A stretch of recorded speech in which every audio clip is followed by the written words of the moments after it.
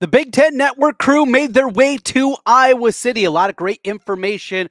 What can we believe? What did we find out today? Locked On Hawkeyes. You are Locked On Hawkeyes, your daily podcast on the Iowa Hawkeyes. Part of the Locked On Podcast Network, your team every day.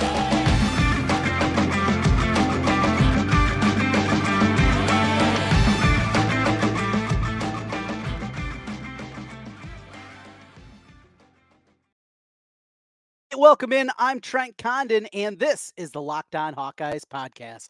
Thanks for making Locked On Hawkeyes your first listen every day. We're available wherever you get podcasts. You can also find us on YouTube. While you're there, make sure you hit that subscribe button. Helps us get in front of more Hawkeye fans. With you for another week as we count down to kickoff and as you listen here on a Monday. No, this is our final week, and next week it will be game week. It is right around the corner, and so fired up for this Iowa football season. Coming up today, we got a lot going on, including the Big Ten Network. We will talk about the comments coming from the offensive and defensive coordinators, Brian Ferentz and Phil Parker, respectively. Also heard from Kirk Ferentz, the crew with the Big Ten Network, and of course, also got to hear from a player in Cooper DeJean. These days, every new potential hire can feel like a high-stakes wager for your small business. That's why LinkedIn Jobs helps find the right people for your team faster and for free. Post your job for free at linkedin.com/lockedoncollege. Terms and conditions apply. So as we get started here today, we're just going to go through this chronologically and take a look back at the Big Ten Network crew, what they said. Now, you have to start with this. You have to put this caveat in there every single time. The Big Ten Network crew is not going to come in and say that the team is terrible, that they suck, that they're awful at this. That's not what they do. Right, they're going to paint a very good picture for all 14 teams in the Big Ten. And next year, that best tour is going to be a whole lot different, as they're going to have to probably get on a jet to make their way to LA to see USC and UCLA, head up to Oregon and Washington. That bus trip's going to be a little bit different in the future years with the Big Ten Network. But this is just a great part of the summer and something, the Big Ten Network and its formation has really added to the lead up to the football season. You just get that glimpse. You get a couple of things. As I said, they're not going to kill a team, but you have to find out exactly how to read through the lines. So you open up with the starting comments, and the starting comments, obviously, one of the biggest things that was talked about is the offensive line. It maintains its spot as the number one importance for this football team of what they're going to be in 2023. If the offensive line is bad again, this offense is going to be bad again. There is not an offensive coordinator out there at any level of football that can scheme around a bad offensive line. You just can't do it. Can he make it okay? Can he be adequate? Can you find a way to win football games? Well, we've seen that the last two seasons with Iowa football. They won football games with bad offensive lines. This year, though, if they're going to get the heights that I believe this football team can get to, winning the division, competing with the upper echelon of this conference, maybe with a few breaks, putting them in contention for a college football playoff berth. That's how high I believe the upside, if everything clicks this year with this team, is. But the offensive line has to block in order to make that work. And hearing from Jerry DiNardo, a guy that certainly knows offensive line himself, also knows Kirk Ferentz incredibly well, him, Howard Griffin, Dave Resin. And what Jerry DiNardo said is they look more athletic and deeper at the offensive line spot. That was something that certainly caught my eye. The deeper part of that, I think, is something that has been overlooked. And going out and bringing in Rusty Feth, bringing in DeJean Parker, helping out with a crew that brought back a lot of offensive linemen this year. Brought back a lot of guys with experience, yet not resting on your laurels, not sitting back and saying, all right, though we took our lumps, they're going to be okay. Adding competition to the room is a huge, huge part of that. I thought that was incredibly important, hearing what they had to say on that, and DiNardo bringing that up. So we kick things off, and the first conversation is with Brian Ferentz. So a couple of takeaways here with Brian. Now, we've heard from him a little bit this offseason. We go back to the press conference back in the spring, and you could tell he was going insular, right? I mean, they were really narrowing the scope of what they were doing, taking away the outside noise and doing what we're going to do. Brian Ferentz, I think every day, you guys know my thoughts on him. If you don't, if you're new to the program, I don't think he's good. And there's not a leap the last 2 years, but just overall. And people love to point at the numbers, offensive numbers, points per game, those kind of things, obviously aided in what is great defense during that whole tenure that he is there. I just think schematically, and this isn't just him, but what Iowa does offensively, schematically, it just can't work at an incredibly high level in today's college football. Can you score points? Absolutely. Can you have enough players that you're going to be able to get through some of those? Yes, but as we continue to see the outside zone and the inside zone and the zone blocking scheme that Iowa employs, it just frankly doesn't work anymore. It doesn't. With the speed of linebacker, what we see defensively from teams, the amount of speed that is out there and what Iowa tries to do, it doesn't work. Coupled with the change in the blocking rules in college football, zone blocking is incredibly difficult. Not only do you have to have the continuity to make it work with your offensive line, you have to have all those guys working in unison. And when it works, it's incredibly useful. And at the professional level, you see it work well. Well, their blocking rules are different. That's not the case. And how many times that we've seen that guy that's coming off the edge, an outside linebacker, a defensive end, and coming up and making the play from behind, and it's because of those blocking rules that is the case. So Brian brought up something interesting, and he said, is the system and scheme sound? I don't know if it is. And that remains a concern for me going into this football season. I just don't know if the system and the scheme is sound enough to cover up, to have one of those games where you have to go up to Penn State and you're not going to win the game. Now, Penn State, I think this year is absolutely loaded. Their offensive and defensive lines are as good as they've had in an incredibly long time. If Drew Aller, the new quarterback, is what many people believe he is going to be, this team can get to the college football playoff. Penn State can win the Big Ten and get into the playoff this year. They're that good. Even with Ohio State and Michigan over there, they're that good this season. That's what I believe out of them. And you got to go up there and you got to win a game 24-21. Can you? Can you with this scheme and this system against the speed, against the physicality of a team like Penn State? I don't know the answer to that one. I don't believe it's the case. Against the elite of the elite, the best of the best in a game in, game out scenario, I just don't think that the scheme and the system work anymore. Also, he likes to talk about being a competitor, right? You're just going to go out there again and be a competitor and try it again and go to the well. And he said the same things back in the spring, the same things last fall when people were asking about him possibly resigning from his post and maybe making it easier on his dad so he didn't have to be fired. Well, we know that's not the case and that wasn't going to happen. And he just keeps saying, no, I'm a competitor. I'm going to keep going out there. And that's all well and good. Great. You're a competitor. But when you're a competitor and you see time in and time out, you getting your teeth kicked in the last 2 seasons, something has to change. Like I said, very insular. And the outside noise is cracked through the walls of Fort Kinnick. That's going to be interesting. And the first time that we see the offense struggle this year, we see some issues. That's definitely something that is going to be a conversation piece going forward. Then he talked about Greg Davis and GD, as he was dubbed by many people in the Iowa football community. Well, fans for the most part. Gosh darn, Greg Davis, and it wasn't gosh darn. All right, you got where I'm going there. He brought up him, and when he was the offensive coordinator and took a lot of arrows, he was trying to meld his short passing game with his own blocking scheme, and it never worked. Look, I watched a half of a football game at Soldier Field against Northern Illinois in his tenure, and I looked over at my wife, and I said, this thing sucks. This isn't going to work, and for the most part, it's proven true. Now, in 2015, they were able to do enough and, of course, had the 12-0 regular season. But it was just interesting to hear his name brought up by Brian Ferentz and a couple of guys that are certainly much maligned during their tenure as offensive coordinator. It goes with the territory. Look, you play Xbox, you played sports, you think you can do it. It's not an easy job. That's not what I'm here saying. It's not that I can do anything better. I know I can't call an offense better than Brian Ferentz or anybody else that is a coach at the Division I level. I mean, that's just silly to be able to think that. However, are there better candidates out there or guys that could do better with what Iowa has?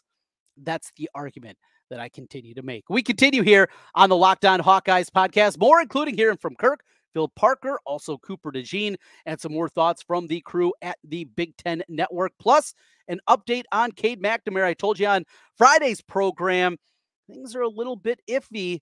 Kirk Ferentz talked about that. We'll get into those comments and what Cade McNamara, if he's able to go against Utah State, as I mentioned Friday, that's still the plan. This injury, though, a little bit more significant than maybe some people thought. We'll continue on that. This is the Locked On Hawkeyes podcast as we continue in a moment. These days, every new potential hire can feel like a high-stakes wager for your small business. You want to be 100% certain that you have access to the best qualified candidates available. That's why you have to check out LinkedIn Jobs. LinkedIn Jobs helps you find the right people for your team faster and for free. I've used LinkedIn Jobs to find candidates for my small business. Super easy to use. I love that. Time is money when you're a small business owner. Don't have time to be dinking around on the computer, trying to figure things out. Something goes wrong. Don't have to worry about that. At least I have in my experience using LinkedIn Jobs. All you do, add your job in the purple hashtag hiring frame to your LinkedIn profile. It spreads the word that you're hiring. They have simple tools like screening questions, makes it easy to focus on the candidates with the right skills and experience so you can quickly prioritize who you'd like to interview and hire. It's why small businesses rate LinkedIn Jobs #1 in delivering quality hires versus leading competitors. LinkedIn Jobs helps you find the qualified candidates you want to talk to faster. Post your job for free at linkedin.com/lockedoncollege. Again, that's linkedin.com/lockedoncollege to post your job for free. Terms and conditions apply. Trent Condon back with you once again here on the Locked On Hawkeyes podcast. Thanks for making Locked On Hawkeyes your first listen every day. Available wherever you get your podcasts. You can also find us on YouTube. While you're there, hit that subscribe button. Lets us go every time we go live and new programs out there. You will know about that. Just click subscribe. It takes less than a second. I mean, it's just one click. That's all I'm asking for you. Or if you're on the podcast side, 5-star review. That's what we're looking for. And a big thank you to everybody with us here as we count down to football season. Continuing in the conversations from the Big Ten Network and some takeaways from what we heard and what we see. Going over to Kirk Ferentz. So he comes with the injury update to Cade McNamara. And what he said, and that was the first question, as it should be, the importance of him. We talked about the offensive line, but obviously this team is completely different with Cade McNamara compared to Deacon Hill or Joe Labus, or if they got down to Lioness. Yeah, this is a completely different team. We get all of that. And what he said about that was that, this injury, that they're hopeful he'll be back next week, but can't predict that. And that's what I told you on Friday. He's working his way back to be back for the Utah State game. All I was telling on Friday, and I continue with this, is that this injury is more than a tweak, more than just the tweak that I think some people in the fan base wanted to dispel the notion that there was a possibility that this thing could be significant and the lingering effect. And we'll get into that a little bit more. Now, Kirk talking about the team. Kirk loves leadership, right? Leadership is something that is paramount to the Iowa football program. The older guys teaching the young guys how you do it, how you practice, how you get your reps in, how you do your work. All those things are incredibly important for Iowa football. And when Kirk mentioned that this team is more mature than what they were a year ago, he mentioned that this group, you can tell that there's a lot of upperclassmen. We're talking about 3 6-year seniors coming back with Noah Shannon, Nico Ragaini, and Joey the Bull on the outside, Joe Evans. You got the experience there. Though Nick Jackson is a newcomer, nothing but praise all over the place for Nick Jackson. And what we've seen in the emergence of Jay Higgins from a year ago. On the back end, Cooper DeJean, Quinn Schulte, guys that have gone through it in the past. And then bringing in somebody like Cade McNamara and the praise that continues to come his way. This is a mature football team. This is a football team that also has expectations. And when Cade McNamara and Erick were on the podium there being interviewed by the BTN crew, I thought that really showed out too. You saw at the end something that just got me fired up, because you bring in these guys for Michigan. You bring in these guys that played in the college football playoff. You bring in a guy in Cade McNamara that saved Jim Harbaugh's job. You bring these guys in. And yes, they want to get a shot against Michigan in the Big Ten championship game. We know that. I mean, it goes without saying, right? You want to go up against your former team, and you want to give it a shot. But it wasn't just that. It wasn't about winning the West. Erick said, we want to win the Big Ten. We want to win a natty. And that's something that you rarely hear from the Iowa crew. And I'm sure Kirk and probably a couple of the staffers talked to Erick and said, all right, let's slow down on that kind of talk. But as a fan, didn't that get you fired up? Yeah, is the chance of Iowa making a college football playoff incredibly difficult in this final year of the 14 playoff? It is. I was going to have to go 11-1 in the regular season and then beat Penn State or Ohio State or Michigan in the championship game just to get a shot. Even if they go 10-2 and would pull off that upset, it's going to be incredibly difficult for Iowa to get in, even at 11-2 to the college football playoff. But he put it on them. And that's what their expectations are in the locker room. Yes, expectations are always high in locker rooms. You always think you're going to win, right? That's what being a part of a team is about, is you believe in yourself and you believe in your team. But to hear that said from an Iowa football player, I don't know. Maybe I'm alone here. Tell me if I'm wrong. That got me fired up to hear that, yes, that's what it is. And not hearing it from a player when you're at the side, right? Not hearing it from a guy off the record, but really hearing it in an interview like that, it got me going. And Cade McNamara wanted to say the same. He caught himself. He's a quarterback, right? Quarterback's got the microphone a whole lot more than the tight end does. But Erick, he was willing to say that. That was, I thought, a really great moment. Also, Kirk Ferentz talked about Noah Shannon, his maturity, making the decision not to go to Indianapolis with the gambling investigation. Now, the most important part, as we await what the NCAA is going to hand down for the guys that are not part of the criminal investigation, instead broke NCAA rules by betting on sports, is what those suspensions are going to be. Now, they change what the rules are. In the past, you bet on anything, your career was over, which in today's day and age is very, very questionable. So they changed it. They morphed with it. I said at the time, right when those new rules came out, if you bet less than $200 total combined, you don't lose any eligibility, you don't miss any games, and you're able to go out there right away after taking a class. All right, check that off, and away you go. But if it's more than $800, and just think of this, as we've seen with most of the cases here in the gambling investigation inside the state of Iowa, when you look at those numbers, and sometimes they're eye-popping, they're averaging 7, 10, 15, 20 bucks a game that they're betting. Well, cumulatively, that adds up very quickly.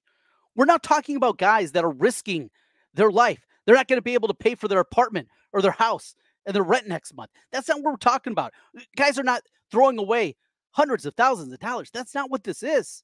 They're throwing a couple of bucks on the game, having a good time. In today's environment, with how sports wagering has become just a huge part of what we do day in and day out, it's a conversation piece for me, day in and day out, of what I do on the radio and the way I talk and the way that I do sports radio. It is a part of it all day long. Guys got caught up. Should they known? Absolutely. Should there be a suspension? No doubt about it. But the way that they added this up and this cumulative $800, it adds up quickly. Look, you're betting a couple of games a week. That $800, and you're betting 20 bucks a time, you're going to go past that $800 easily by the end of, a season, a football season, a basketball season, a baseball season, whatever it is. You're going to fly past that number if you're just betting a couple of times, 20 bucks at a time. That it needs to be reevaluated, I believe, from the NCAA. And hearing Kirk, I think Kirk and I are on the same line in that one. So a couple of takeaways there from Kirk Ferentz. Finally got to hear from Phil Parker. Look, it's not flashy. It is rep after rep after rep. I continue to say that the depth is the question with this team outside of what you have with the front four. The defensive line is as deep as anybody in the country. They're going to be in great shape there. The question is, though, what about after Nick Jackson, Jay Higgins? Who's there? Carson Shire's a guy that I was been excited about for 3 years now, but he's not healthy. All right. You got Kyler Fisher. He's a 5'10" linebacker. Great special teams guy. Made the big touchdown against Nebraska a couple of years ago on the block punt. Still, this is a guy that does not have a whole lot of reps. And then, as I continue to maintain and hear that there's going to be more suspensions happening, it's not just going to be Noah Shannon. There's going to be more guys that were involved and possibly in the defensive backfield. If that's the case, what does that mean? Because depth after your starters, after Cooper DeJean and Jamari Harris, who back looking the part, now healthy again. After those guys, you're talking about youngsters. I thought Deshaun Lee looked pretty good. TJ Hall, I'm not selling any stock on him. In fact, I bought a bunch of it after you guys sold a bunch of it after the Nebraska game last year. I think he still has a chance to be a very good cornerback for this team. Nestor, a young guy coming in, a true freshman. We don't know. We saw guys hair on fire and how they struggled early in their career in the Iowa system, that quarter system, and running that cover four, and how difficult that can be. Xavier Wampa, You're excited about the upside because it's immense. Well, he's got one start under his belt in the Kentucky game last year in the bowl game. That's it. Experience, that's big. If there's more shuffling around that needs to happen, if there are suspensions, how they figure that out. Depth at linebacker and defensive back. Starters feel great about. It's the depth that continues to be the question. But just hearing Phil talk about it, smile on his face, and hearing Cooper DeJean afterwards talking about playing for Phil Parker, and he's kind of tough. He's tough. He's different. But the dude is one hell of a coach. Speaking of Cooper DeJean, he also brought up a couple of young guys. He mentioned Xavier Wampa and Aaron Graves.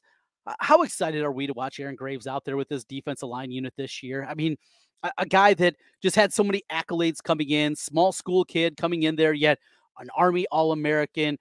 If he would have kept his recruitment open, this guy would have been a 5-star. I mean, that's just how talented he is, and the number of offers that were continuing to come his way, even after he committed to Iowa. What could have been on the recruiting trail? He doesn't care about that stuff. He's out there playing football, going into a sophomore season. So excited to see, as we heard Cooper DeJean is with Xavier Wampa. Mention Cade McNamara. A little bit more on that. This is an all-football edition. That's right. We're getting close, guys. We are 12 days away from the kickoff against Utah State in historic Kinnick Stadium. Can't wait for it in one of the more anticipated Iowa football seasons in a really long time. Cade McNamara, a little bit more on the injury, what the expectations are when we come back. This is the Locked On Hawkeyes podcast. All right, Trent Condon back with you one final time on the Locked On Hawkeyes podcast. As always, thanks for making Locked On Hawkeyes your first listen every day. So, Cade McNamara, it is a key to this team. We know the gap between him and everybody else in this quarterback room. It is significant. I mean, there's no doubt about it. You saw his accuracy before the injury last Saturday in the kids' day practice. He's got a command. He's got the swagger. That's a huge component, too, of getting a guy that has that kind of command of this team, getting guys to believe that, yeah, we can compete. We can put scores up. We're going to put points on the board this year offensively, not just relying on the defense to help it out in order to do that. I think that is another big piece of what he brings to this team. But the injury, the quad injury, well, you saw the sleeve on his leg if you're watching the Big Ten Network and the coverage there. It's going to be there. Kirk said he was hopeful that he was going to come back, right? They're hopeful that they were going to get him back coming up this week. I still hear that is more unlikely than it is likely. Now, he's getting the best treatment that anybody in the country is going to get, right? I mean, there's not a better place with the University of Iowa hospitals and the training staff that Iowa has. He's getting everything possible. And maybe it's the platelet enrichment that he's getting. He's getting everything that you could possibly get. This is a little bit different than you, and you're out there and you're going out and playing a lunch ball, playing a little 5-on-5, and you tweak your quad, and you're going to be out 4 weeks, right? This is completely different than that. But the injury is more than just a tweak. That's what I continue to maintain. He's going to try to make it a go. As I told you Friday, that is going to be the case. They are still targeting that he's going to be back for Utah State. If he's back, though, how mobile is he going to be? How much of the offense are they going to show? We saw the play. The middle opened up and he went charging there. Well, if that happens in a game against Utah State and he does make it a go, what does that mean? Gets a couple yards, just slides, dives to the turf? Probably. How much of the offense and some of the tweaks that are in there are they going to be able to do? Now, some of Iowa's best plays over the last 25 years is that quarterback waggle, right? Where they roll out there. How much do you want to roll out against a Utah State team that you should be able to roll out a bed and win? How much of those bootlegs are you going to be doing? How much of the waggle is going to be there? That is still the question that we have to know. And is this something that lingers? And that remains a concern about this kind of injury, because it's incredibly easy to re-aggravate something like this if you do push it too hard. I expect Cade McNamara to be out there against Utah State. I also expect him to be limited in what he can do physically in that football game. And the hope is that Iowa jumps out and they're up 28-3 at the half, and they can put him on the bench for the second half, and you get Deacon Hill a little bit of run, and that's the direction that they're going to go. Joey Labus still not back in practice. He still is going through another soft tissue injury, still working his way back and trying to get out there. But he's been out for weeks now. That's a problem. Because Deacon Hill, he's a big dude. Throw up a country mile. Not sure how good of a quarterback he is, certainly at this kind of level. Then after that, we're talking about a true freshman. and Marco Lioness. It's got a long, long ways to go before he's ready for the Big Ten. We're ready for another big week here on Locked On Hawkeyes. We got you covered, your team every day. That's what we do on the Locked On Network. And it doesn't matter your team. We got you covered. MLB, NFL, fantasy football, gambling, you name it, we got it here on the Locked On Network, your team every day, and we got you covered with Locked On Hawkeyes. Still more coming up this week. We will continue to break down this football team. What's the best case scenario? What's the worst case scenario? We will get into that. We'll take your questions, also a mailbag edition, and one final Throwback Thursday. That's right. We'll take one final look back at great teams in Iowa history. We've been doing it throughout the summer months on Thursday, and we got another one coming your way on Thursday. That's all this week on Locked On Hawkeyes. We'll talk to you again tomorrow. Go Hawks.